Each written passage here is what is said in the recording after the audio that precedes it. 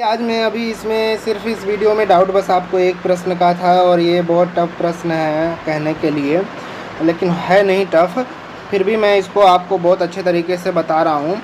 इसका कॉन्सेप्ट क्या है, प्रश्न की भाषा ही समझ में नहीं आ रही है, यही चीज़ समस्या आ रही है ना। चलो मैं बता देता हूँ प्रश्न को। पहले एक मोटर बोट स्थल ए से बी तक और फिर वापस चलती है। इसको पहले इस लाइन को समझना।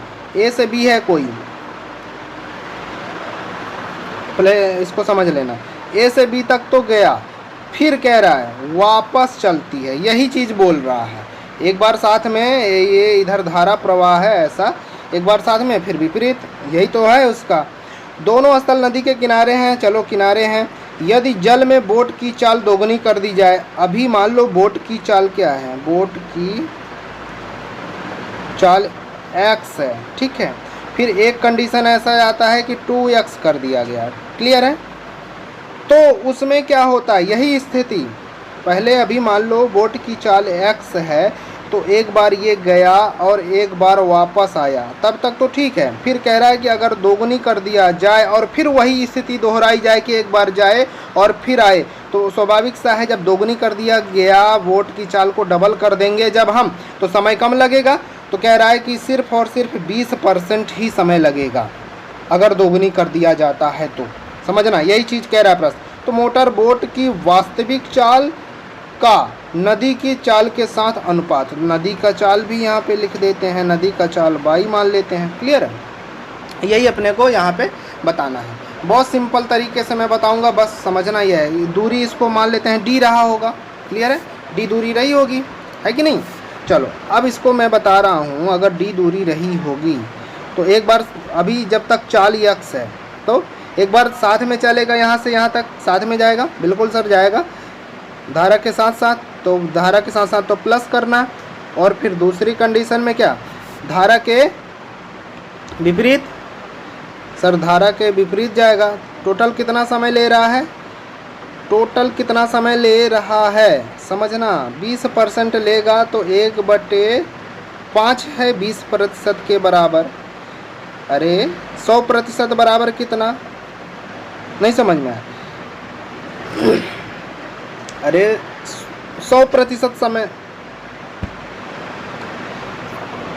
100% समय लग रहा होगा, ठीक है ना, कोई भी समय रहा होगा 100%। अब कितना लगता है सर, 100 में से कितना लग रहा है, सिर्फ 20% ही लग रहा है। नहीं हो गया 1/5, हो गया कि नहीं हो गया।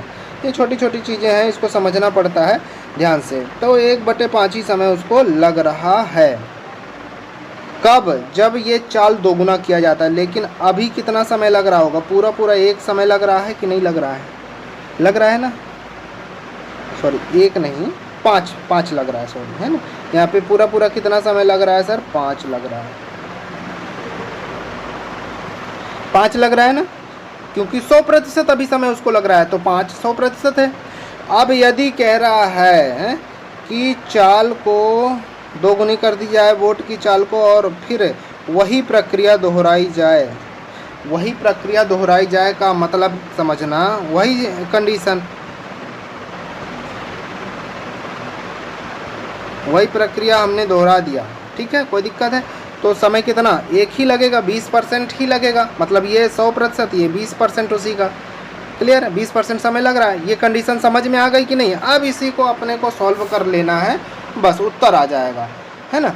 चलो ऊपर का मैं मिटा दे रहा हूँ, है ना। अब हम इसको दोनों को एक लिखते हैं बराबर के उसमें।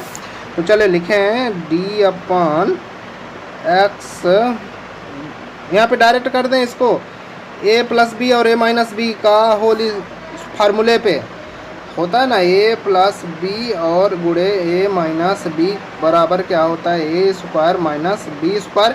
तो हम यहाँ पे ये दोनों दिख रहा है, तो a² - b² की जगह पे बाई है, तो यहाँ पे बाई लिख देते हैं, ठीक है ना, बाई², ये लिख दिया हमने, ठीक है। इन दोनों को नीचे लिखा। अब समझना यहाँ पे,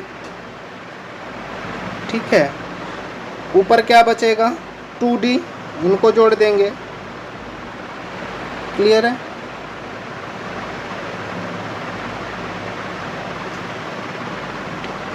अब इसको आगे बढ़ाएंगे जब, यहाँ पे ध्यान से समझना, एक तरफ को तो हमने इसको लिख लिया, ठीक है।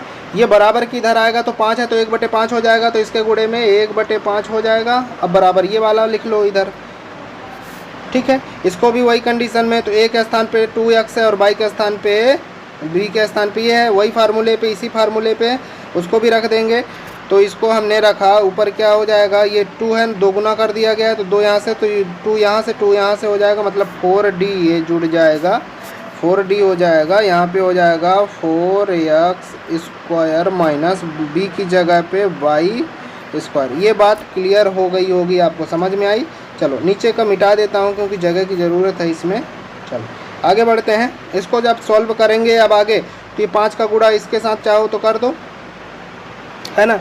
अभी कैंसिल करना चाहो तो कैंसिल कर दो, d से d को कैंसिल कर दो, 2 से 2 है ना, 2 से 2 दूना 4, 2 बार आइए 5 का गुणा किया तो 10 हो गया। कोई दिक्कत है यहाँ तक, है ना। अब ये पूरा उठ के यहाँ पे इसके गुणे में आ जाएगा, तो वहाँ पे 1 है ना, कुछ नहीं है तो 1 है, 1 हो गया। चलो तो यहाँ पे 4x² माइनस y² बराबर, ये भी उठ के गुणा हो जाएगा। यहाँ पे क्या था सर भाई, 2 बचा हुआ था, ये 5 गुणा हो गया तो 10 नहीं हुआ, 10 हो गया, और 10 का इन दोनों के साथ गुणा हो जाएगा तो 10x² माइनस 10y², ये बचेगा। x² वाला x² के साथ, y² वाला y² के साथ अपन पक्षांतर करके घटा देंगे, तो ये इधर ही रह जाएगा, इधर से ये कन्वर्ट होके इधर जाएगा तो माइनस में हो जाएगा 4x², तो बचेगा क्या, 6x² इधर बचा। ये इधर आके क्या हो जाएगा, ये इधर आके आएगा बाई की तरफ, इस साइड लाएंगे तो ये प्लस में कन्वर्ट हो जाएगा, और ये माइनस, तो क्या बचेगा 9y² हो गया। अब दोनों में अनुपात पूछा है, तो यहाँ पे 9/6 इसको लिख के x² अपान y² ये होगा।